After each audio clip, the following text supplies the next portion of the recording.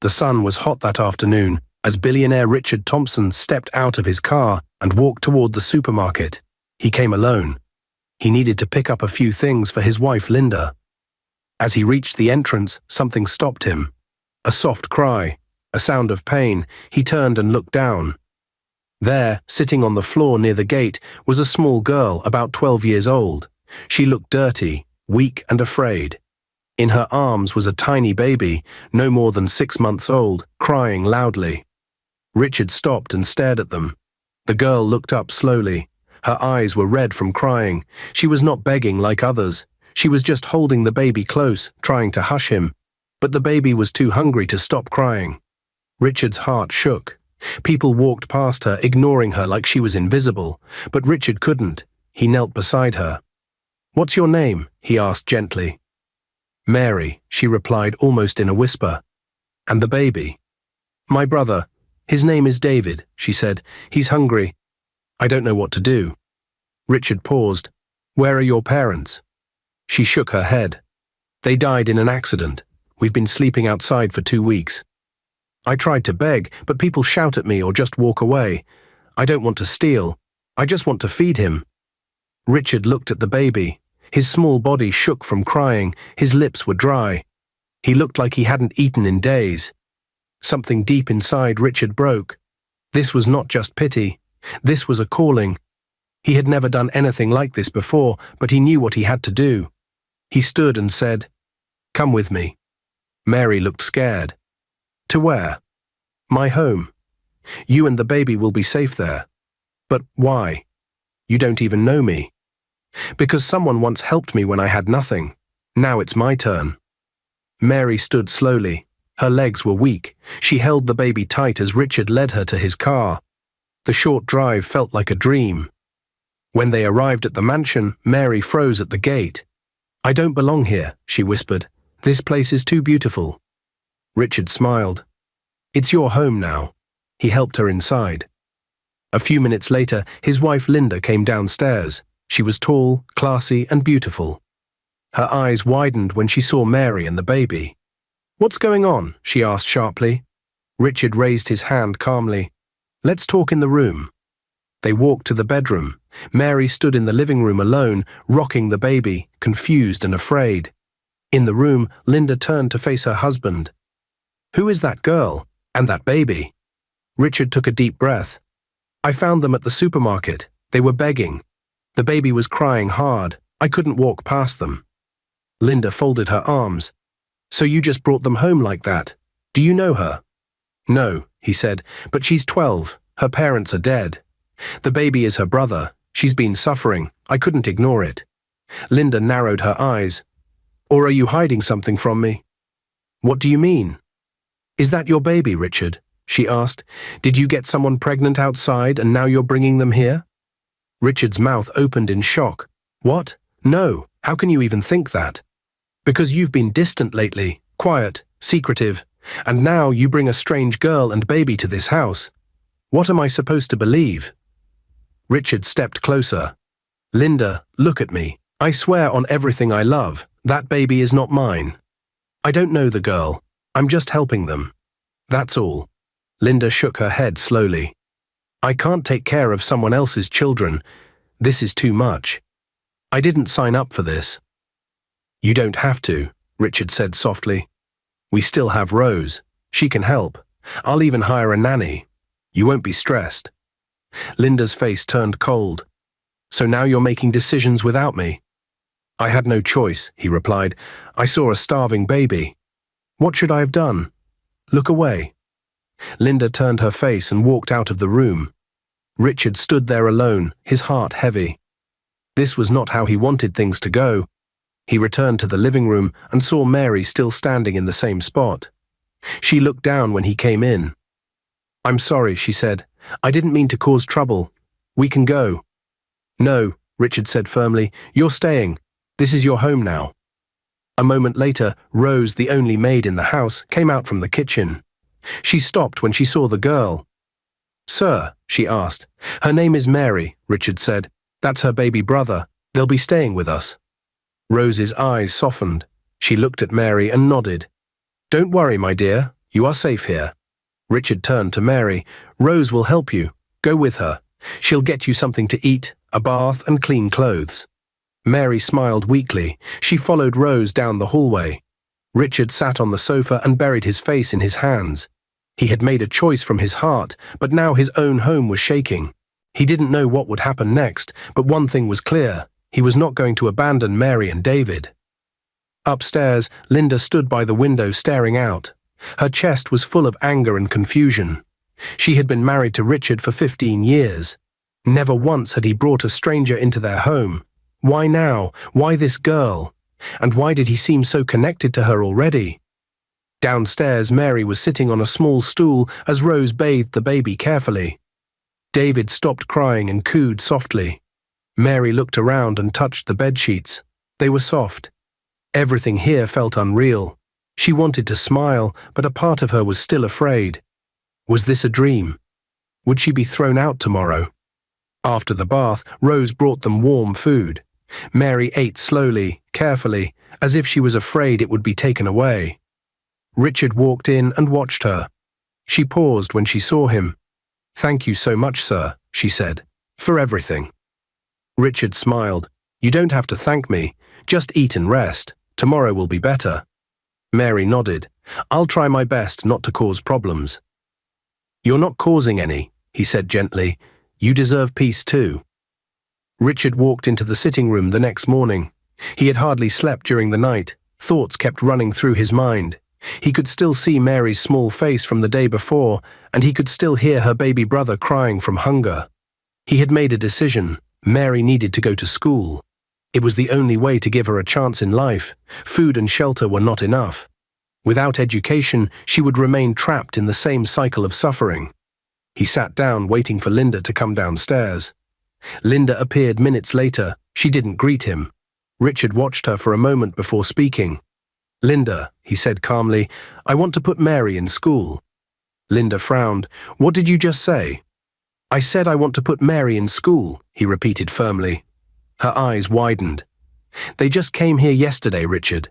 Yesterday. And you're already talking about putting her in school. Are you hiding something from me? Or is this because I don't have children of my own? Is that why you are so eager to bring someone else's child into my home and treat her like your daughter?" Richard's jaw tightened. "Linda, what's wrong with helping a stranded child? She is 12 years old. Out there on the streets, anything could happen to her. She might get hurt. She might be kidnapped. Do you remember what I told you about my only sister? She was kidnapped when she was just 15 years old. Till today, I have never seen her again. You also know that was what led to the untimely death of my mother. She could not survive the pain. That memory still lives with me every single day.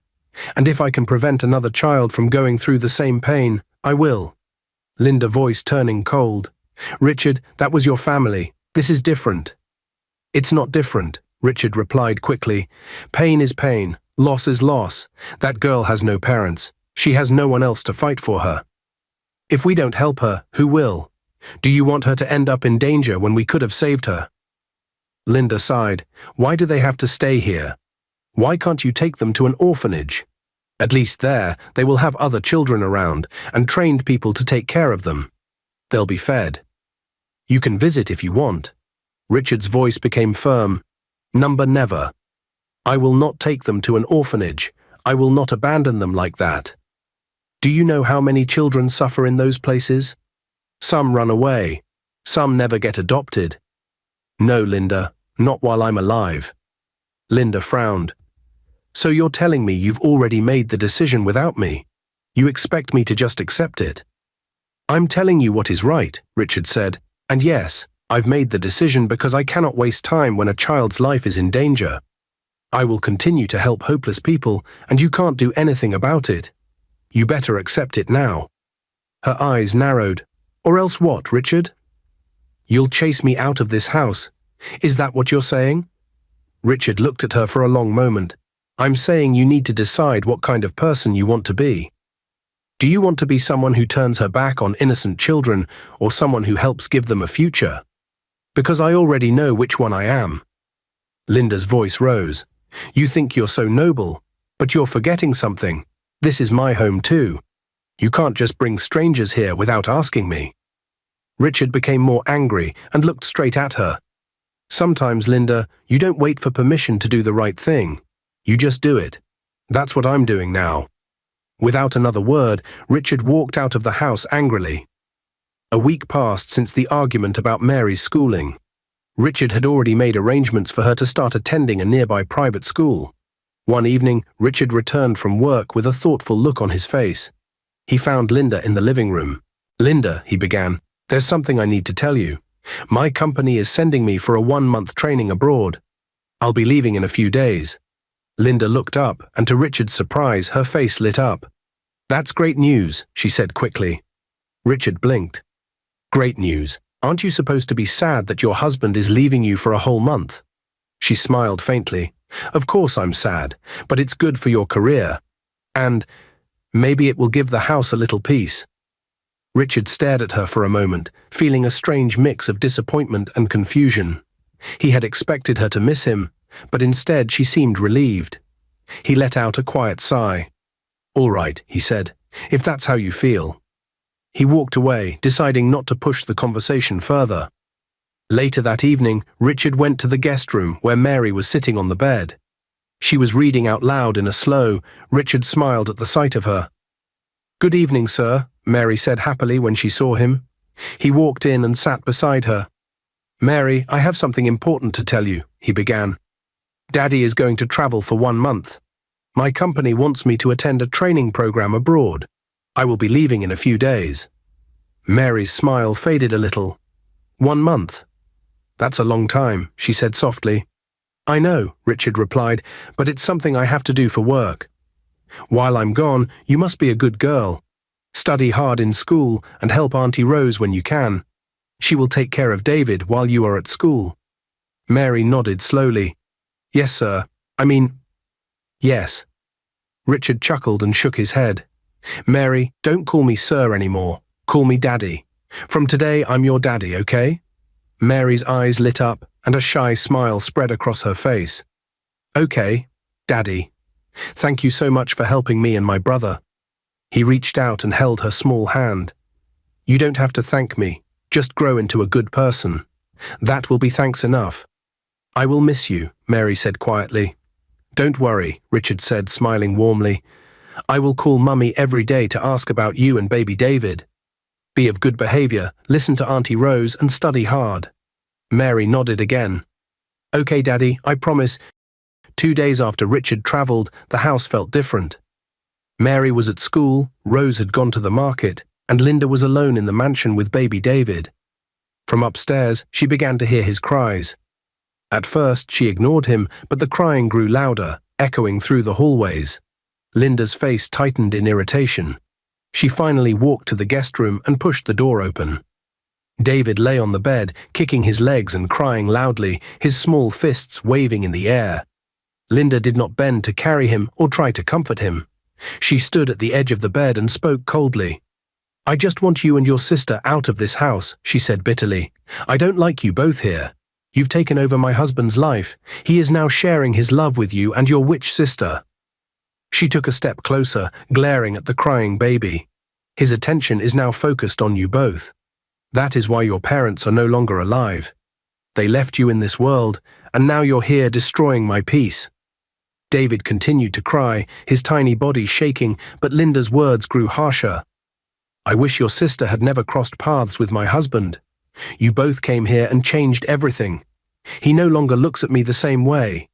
He no longer cares for me like before. It's all because of you." She turned to leave, her anger burning in her chest, leaving the helpless baby wailing behind her. Few minutes later, Rose returned from the market. As soon as she stepped inside the house, she heard the loud cries of baby David echoing from the guest room. She rushed upstairs. She found David lying on the bed, his face red from crying, his little hands reaching out as if begging for comfort. Rose's heart broke instantly. She bent down, scooped him into her arms, and began to rock him gently. "It's okay, baby. Auntie Rose is here now." She took out a small bottle of milk she had prepared earlier and fed him slowly. Within minutes, David stopped crying, his breathing becoming calm as he drank. Rose hummed a gentle tune until his eyes closed and he drifted into sleep. She carefully laid him back on the bed, covering him with a light blanket. Rose then went to find Linda, determined to speak up. She found her in the living room scrolling through her phone. "Madam," Rose began carefully, "baby David was crying so much. You were here, but you didn't even carry him." "Why, madam?" Linda slowly lowered her phone, her eyes narrowing. "Rose, mind your business," she said sharply. Rose frowned slightly. "Madam, I'm only saying this because he's just a baby. He needed comfort." Linda's voice rose, sharp as a knife. "If you ever talk to me like this again, I will kick you out of this house before my husband comes back. Do you hear me? You better keep your mouth shut and mind your business." Rose pressed her lips together and lowered her eyes. "Yes, madam," she said quietly, though inside her heart burned with anger and sadness. She turned and walked away. About an hour later, Linda's phone rang. She looked at the screen and saw Richard's name. She cleared her throat, forcing her voice into a sweet tone before answering. "Hello, my love." "Hi, babe," Richard said warmly. "I just wanted to check on the kids. How's everyone doing?" Linda smiled into the phone. "Oh, they're fine. I just finished feeding baby David, and he's sleeping peacefully. Mary is in school. Everybody is fine, my love." Richard's voice was full of relief. "Thank you so much, babe. This is why I love you. This is what I want you to be doing, looking after them when I'm not around. It means a lot to me." Linda forced a little laugh. "Anything for you, my dear." When the call ended, her face changed instantly. The fake smile disappeared, replaced with cold anger. She muttered under her breath, "This man is really stupid. If I deal with you and these children, you will now see my true color." She leaned back, her mind already thinking dark thoughts. The next day, Linda was sitting in the living room when she heard a knock at the door. She got up slowly and opened it to see her best friend, Betty, standing there with a wide smile and a handbag tucked under her arm. "Linda, my dear," Betty greeted, stepping inside without waiting for an invitation. "Betty, what a surprise," Linda said with a small smile. "Sit down, let me get you something to drink." "No need, I'm not staying long," Betty said, sitting on the couch. "I just came to check on you, and also to tell you something interesting." Linda raised an eyebrow. "Interesting? What is it?" Betty leaned forward slightly. "You know that little girl your husband brought here, right? The one going to school now?" Linda sighed. "Yes, Mary, what about her?" Betty smirked.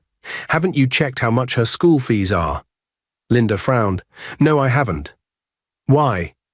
Betty shook her head slowly. "Linda, you're really sleeping. I checked it myself. The school fees for a year are 5 million naira. Linda's eyes widened. "What? 5 million naira?" "Yes," Betty said, nodding for emphasis. 5 million. That's the kind of huge money your husband is spending on those witches. Yes, I said witches. Those kids who, if you ask me, are the reason their parents are no longer alive." Linda sat back, her jaw tightening. "So my husband is throwing millions at them just like that?" Betty leaned in closer. "You allowed it, Linda. You should never have let them step into your home in the first place." Linda gave a bitter laugh. "Do you think I didn't try? I told that foolish man who calls himself my husband to send them to the orphanage. But he refused. He's stubborn. He won't listen." Betty gave her a long, knowing look. "And do you know why he refused?" Linda tilted her head. "Why?" Betty sat back with a smug smile. "Because they're his children." Linda's eyes narrowed. "No, I don't think so. I'm not sure." Betty chuckled. "Be fooling yourself there. You've been married for 15 years now with no child. And you think he doesn't have another woman outside? Wake up, Linda. Men like him don't stay childless forever. He's just using you to raise the ones he had outside. You better use your brain." Linda swallowed hard, her mind racing. "So what do you want me to do?" Betty's voice lowered, as if she were revealing a secret plan. "First, stop that girl from going to school. Her mates are hawking on the streets, selling sachet water and groundnuts to survive. Why should she be in a rich man's school wearing expensive uniforms while you're here like a fool? If she wants to learn, let her learn the way her mates learn, by suffering. And if that maid of yours, Rose, dares to talk nonsense, send her packing before your husband comes back. Deal with them now, Linda. Don't wait for them to push you out of your own home." Linda sat in silence for a long moment, then she looked at Betty and gave a slow, wicked smile. "Thank you, my friend. You are the best. You've opened my eyes today." Betty smiled. "Good. Remember what I said. A woman who refuses to use her brain will cry in the end. Don't be that woman." As soon as Betty left, Linda whispered to herself, "Mary, you're about to see my real face." The next morning, the sun was barely up when Mary came out of her room, her face bright with excitement. She was wearing her neat school uniform, the one Richard had bought for her just a week ago. She walked toward the gate where the school bus usually came, but Linda was already standing there, her eyes cold. "Where do you think you're going?" Linda asked sharply. Mary stopped, confused. "To school, Ma." Linda frowned. "Go back inside and change out of that uniform." Mary blinked in confusion. "Ma?" "I said go and change," Linda repeated. "You're not going to school today, or any other day." Mary asked, "But why, Ma?" Linda took a step closer. "I already called your school. You're not a student there anymore. No more school for people like you. Your mates are on the street hawking pure water, selling groundnuts, struggling to survive. You think you can just come here and live like a princess? Not while I'm alive." Mary felt her heart drop into her stomach. Her lips trembled. "But, Daddy—" "Don't you dare mention that man's name to me," Linda snapped. "That foolish man has allowed you and your witch brother to take over his life. He doesn't see me anymore. He's wasting his money on you while your mates are hungry. Not again. Go and remove that uniform now before I throw you and your things out of this house." Mary's eyes filled with tears. "Ma, please, I want to learn. I promised Daddy I would study hard." Linda cut her off sharply. "Your promise means nothing to me. School is for children whose parents can pay for it themselves, not for people who unalived their parents and then came to eat from another person's sweat." Mary turned slowly, her legs shaking. She walked toward the guest room, her vision blurry from the tears. As soon as she closed the door behind her, she leaned against it and cried silently so David wouldn't wake up. She thought about her promise to Richard, about how excited she had been to show him her school report when he came back. Now it felt like her dream had been crushed under Linda's heels. In the living room, Linda picked up her phone and called Betty. "It's done," she said. "No more school for that girl. Now she'll know her place in this house." A few minutes later, Rose came in and saw Linda sitting in the living room. She walked closer and said politely, "Madam, sorry to disturb you. Mary just told me everything that happened this morning." "That's not nice, Ma. She is a child. She needs good education, and besides, my boss promised her that. Please, Ma, forgive her if she has done something wrong to you." Linda's eyes darkened instantly. "How dare you? You miserable village girl, you poor local champion, you dare talk to me like this in my own house?" Rose's heart pounded, but she kept her voice calm. "I am only speaking for the child, Ma. Linda stepped closer, her face twisted in anger. "Shut up. I am beginning to suspect you. I think Richard is sleeping with you. That is why you are defending them like this." Rose's eyes widened in shock. "Madam, no, I would never—" Linda waved her hand like she was swatting away a fly. "Pack your useless things and get out of my house right now. You think I don't know women like you? You come from the village, pretending to be humble, but you are looking for how to snatch someone's husband. Not here. Not in my house." Rose's voice trembled. "Madam, please, don't send me away. If I leave, who will take care of Mary and David when my boss is not here? At least let me stay until he comes back." "Shut up," Linda barked. "Pack your things and leave immediately. And I know you have my husband's number. If you ever call him to tell him anything, you know who my father is. Your family will be gone forever without a trace. Believe me, just try me first." Rose's hands trembled. "My mouth is shut, Ma. I won't say anything. Please don't harm my family." "Good. Now get out of my sight," Linda ordered. Rose left quietly, her bag in hand. From upstairs, Mary stood by the window, watching Rose walk out through the gate. Tears rolled down her cheeks. "Oh God, what kind of life is this?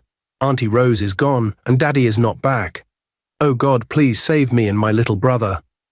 Meanwhile, Linda was back in the living room when Richard called. "Babe, I miss you so much. I can't wait to get home to my family," he said. Linda smiled sweetly. We miss you too, darling. How's Mary? He asked. She's in school, Linda lied. And David? I just fed him now. He's sleeping. Richard hesitated. And Rose? She's gone to the market, Linda replied quickly. Why is she always at the market whenever I call? I told you to get her a phone, but you said no, Richard said. Linda's voice hardened. Why do you want to talk to her? Is she your side chick? Tell me. What? No, never, Richard said. It's okay, forget it. He hung up, leaving Linda smiling to herself. The next morning, the house was quiet except for the faint whimpering of baby David from the guest room. Mary had been trying to comfort him, but his cries only grew louder. She knew why. There was no milk left. The tin they had been using was finished the night before, and Rose, who would normally find a way to get more, was gone. Mary went to the living room where Linda was sitting. She stood quietly for a moment before speaking in a soft voice. Ma, baby David is crying. There's no milk for him. Linda looked up slowly, her expression cold. And so? She asked. Mary swallowed hard. Please, Ma, can we get some? He's very hungry. Linda smirked. Before you eat in this house, you must work.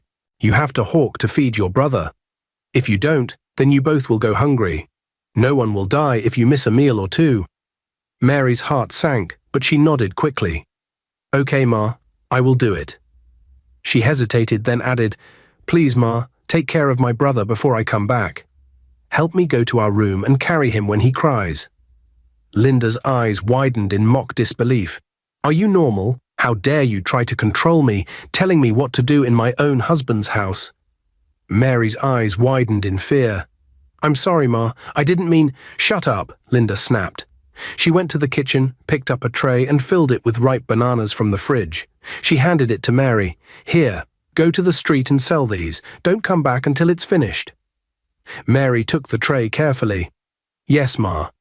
She turned toward the door, her head bowed, and stepped outside. The bright morning sun hit her face, but it didn't warm her heart. As she moved along the street, she called out softly, Banana! Sweet banana for sale. But her voice was weak.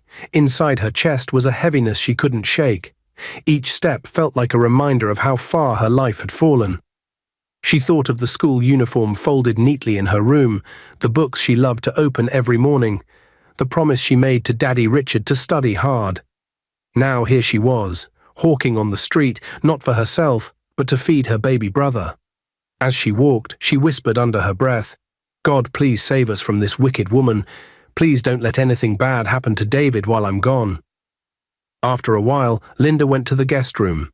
David was lying in the middle of the bed, kicking his legs and crying loudly, his little fists waving in the air. Linda stood at the door and looked at him with narrowed eyes. You and your sister are the same, she said bitterly. Evil. You came into my home to destroy my marriage, to steal my husband's heart. You think I don't see it? He looks at you both like you're his blood. But I know what you are. David's cries grew louder, his face turning red, but Linda didn't move. She turned away. Cry all you want. No one is coming to save you. When your sister comes back, she can carry you herself. Linda had barely been in the living room for 10 minutes before she stood and went into the kitchen to make herself a cup of tea. The sound of David's crying still reached her ears, but she ignored it, humming softly to herself. Upstairs in the guest room, David's tiny body shook as he cried harder. His little face was wet with tears and his lips trembled from hunger. His cries grew weak, but still no one came. Then, as if from nowhere, the air in the room changed. Standing by the bed was a tall figure dressed in pure white, glowing faintly, eyes full of peace. The angel stepped closer, holding a small feeding bottle filled with warm milk. Hush, little one, the angel said in a voice like a soft song. You are not alone. David's tiny hands reached out, and the angel gently lifted him into their arms. With tender care, they placed the bottle to his lips. David drank eagerly, the warmth and sweetness filling his small stomach. Slowly, his cries faded into soft breaths. His eyes closed, and he drifted into a peaceful sleep, his face now calm. The angel smiled and laid him back on the bed, covering him with the light blanket.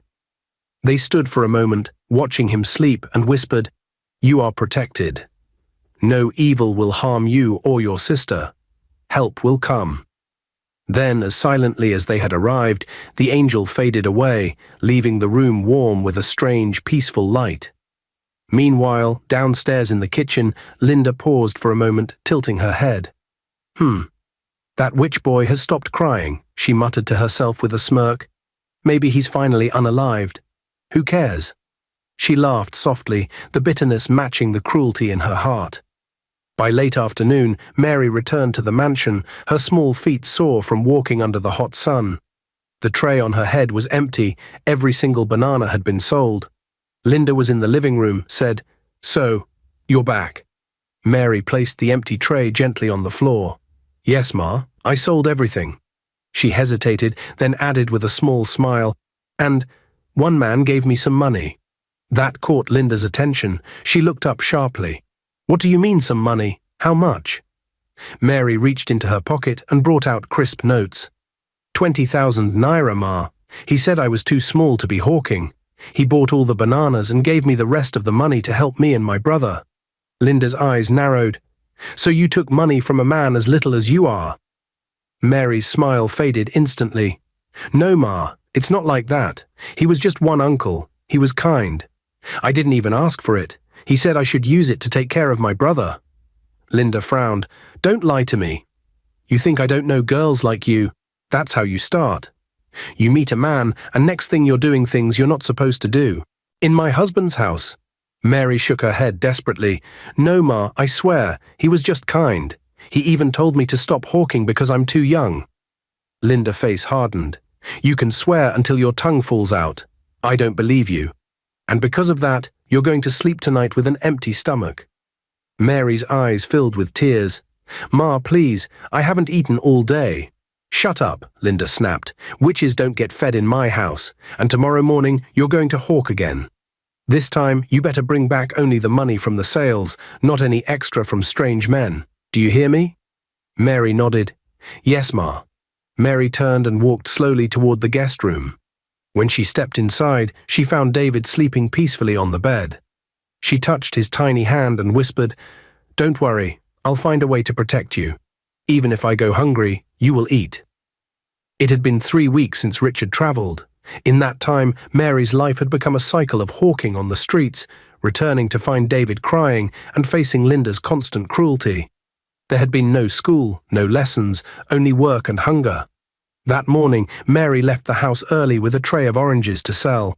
The streets were still cool from the night air as she balanced the load on her small head and whispered her usual prayer.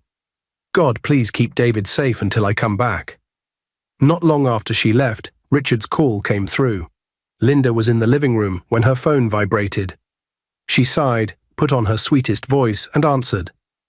"Hello, my love," she said. "Linda," Richard's voice came, "I just got a call from Mary's school. They said they haven't seen her in class for weeks. The teacher told me you said she was sick. Is that true?" Linda's lips curled slightly. "Yes, sure. She was sick. I didn't want to tell you so you wouldn't be worried about her, but don't worry, she's getting better now." Richard's tone changed. "I want to see her on a video call." Linda's eyes flickered with annoyance. "No, she's sleeping right now. Don't disturb her." Richard's voice was quiet, but there was an edge to it. "All right, what about David?" "Let me see him." "No," Linda said quickly. "David is sleeping too." There was a pause on the line. "Linda, where is Rose?" Richard asked. Linda's mind worked fast. "Rose? Oh, she just ran away with a man last night. I was about to call you when you called me." Richard frowned deeply on the other end. "Ran away? Rose?" "Yes," Linda said, sounding as casual as she could. "She's gone. That's what these village girls do. No loyalty." "I don't believe that," Richard said firmly. "Rose is a very good girl. I don't think she can do something like that." Linda's tone turned sharp. "So you believe a village girl more than me? Is that it?" Richard sighed. "It's fine. I'm not going to argue with you. Please, don't forget to call me as soon as Mary and David wake up. I want to see them with my own eyes." "Okay," Linda replied sweetly. The moment the call ended, her sweetness vanished. Muttered under her breath, "This man must be very stupid." Then a sly smile crossed her lips. She picked up the phone again and scrolled through her recent calls until she found the number she wanted. It was the man she had met a few days ago at a restaurant. He had been charming, funny, and clearly interested in her. She dialed his number. "Hello, darling," she said softly. "Are you free this weekend?" "Yes, baby," he replied. "I want you to come over. You know my husband is coming back next week, so let's enjoy ourselves before then." Her laughter was low and dangerous. "Yes, I'll be waiting." She ended the call and leaned back on the sofa, feeling pleased with herself. Far away, Mary was calling out, "Oranges for sale," under the hot sun, still believing she would go back to school one day. But Richard's instincts had been stirred. He knew something was wrong, and though Linda had covered her tracks well, cracks were beginning to show. Meanwhile, on the other side of the busy street, Mary sat under a small shade with the tray of oranges in front of her. Her eyes were swollen from crying, but she tried to keep her head down so passers-by wouldn't notice. She had been out since morning and had not sold even one orange. The sun was high, her throat was dry, and her small body ached from sitting so long. She kept thinking about David at home, probably crying for milk again. "Oh God," she whispered, "I wish I could give him everything he needs. Please don't let anything bad happen to him while I'm here." Then a familiar voice called from behind her, "Mary?" Mary turned quickly. Her mouth fell open. "Auntie Rose," she cried, standing so fast she almost knocked over the tray. Rose rushed to her and pulled her into a hug. "Oh, my child, what is this? Why are you here like this?" Mary's lips trembled. "Auntie, why did you leave us? Since you went away, we've been suffering. David cries all the time because there's no milk. Auntie Linda stopped me from going to school. Every day she sends me to Hawk. Sometimes she doesn't even give me food." Rose's eyes filled with both sadness and anger. She held Mary's shoulders firmly. "Enough. Your suffering ends today." Mary looked at her with wide, hopeful eyes. "But what can we do? She said she would hurt your family if you told Daddy." Rose gave a small smile. "I have a phone now. Let's call your daddy." Right there on the roadside, Rose pulled out her phone and called Richard. When he picked up, his voice was warm but curious. "Rose, where have you been? Linda told me—" Rose cut him off. "Sir, please listen to me. Linda has been lying. She chased me out, and since then Mary has not gone to school. She sends her to Hawk every day under the hot sun. Baby David is always crying because there's no milk. She leaves him alone for hours. Mary is suffering. Your wife told me she will make my family disappear forever if I told you anything." Richard was silent for a moment.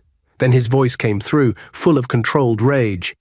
"I am taking the first flight tomorrow morning. Go home with Mary now. Linda will not touch you.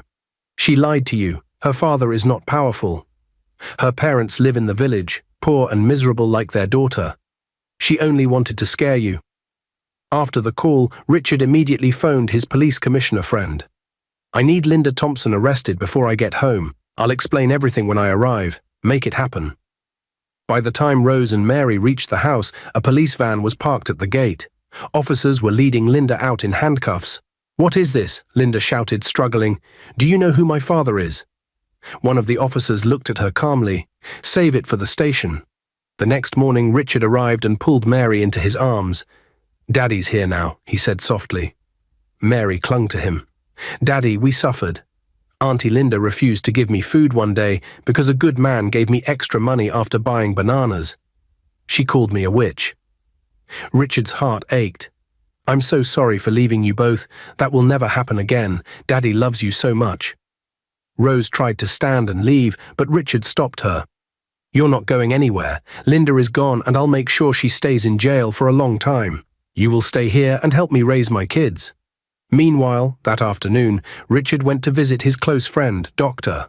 Samuel, at his hospital. They had been friends since their school days, and Richard always trusted him with important matters. In the office, after they exchanged greetings, Dr. Samuel leaned forward. "Richard, there's something I want to tell you. 2 months ago, a woman and her husband were in a terrible accident. Unfortunately, the husband didn't make it. The woman survived, but she lost her memory. She couldn't remember who she was or where she came from. Only recently has she started to remember small things." Richard's expression softened. That's very sad. Where is she staying now? Dr. Samuel sighed. She's in the hospital, but not in a proper ward, just an empty room space. Since she has no family or friends to take her in, I decided to help her as much as I can. But she can't stay here forever. Richard nodded. I understand. My friend, if I were in your shoes, I would do the same thing. In fact, I want to help. Let me rent a small apartment for her. I'll cover her hospital bills and everything else until she's fully recovered. She can't continue sleeping in the hospital. Dr. Samuel's eyes lit up with gratitude. Thank you, Richard. This is exactly why God keeps blessing you. You have a heart for helping people. They both stood and walked toward the part of the hospital where the woman was staying. As they reached the door and stepped inside, Richard froze. The woman sitting on the bed looked up, and Richard's heart skipped a beat. She looked so much like his younger sister, the one who had been kidnapped 15 years ago. His voice trembled. It can't be, is it? You? Dr. Samuel looked from Richard to the woman, his own eyes wide in shock. The woman stared at Richard for a moment, then her eyes filled with tears. Richard, my brother. In an instant, Richard rushed to her and they hugged tightly. Years of pain, confusion, and loss melted away in that embrace. I thought I lost you forever, Richard whispered, his voice breaking. I thought I would never see you again, she replied, holding on to him as if afraid to let go. Dr. Samuel stood smiling, moved by the reunion. Well, he said softly, I think this confirms it. You found each other again. For the first time in 15 years, brother and sister were together, and the room was filled with the warmth of a family that had been torn apart, but was finally whole again. Richard couldn't stop smiling as he drove his sister home from the hospital. She sat in the passenger seat, still holding his hand like she was afraid he would vanish. I still can't believe you're alive, Richard said. 15 years, and I never stopped looking for you. She looked at him, her eyes full of emotion. When the accident happened 2 months ago, I thought I had lost everything again. My memory was gone, but little by little I started remembering pieces. And now seeing you has brought everything back. When they reached the mansion, Richard led her inside. Mary was in the living room. She looked up, and her eyes grew wide. Mummy, she whispered. The woman's face lit up with tears. Mary, my baby. Mummy, Mary cried, running into her arms. She clung to her tightly, shaking from the force of her sobs. Mummy, I missed you.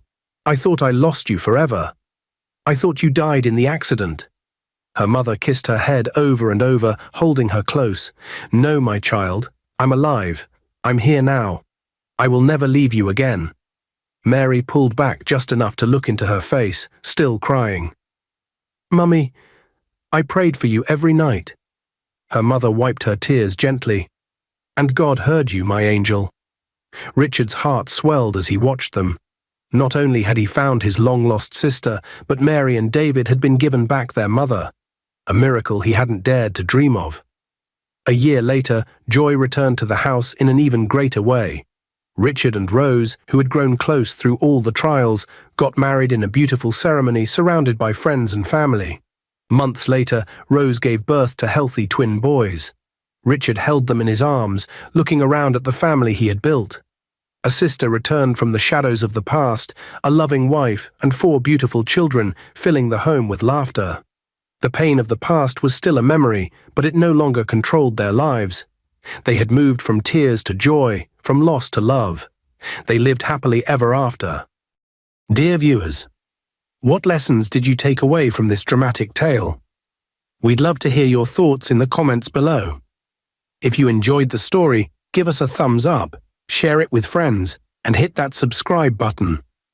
Don't forget to turn on notifications so you never miss out on our latest updates. Thanks for watching and stay blessed.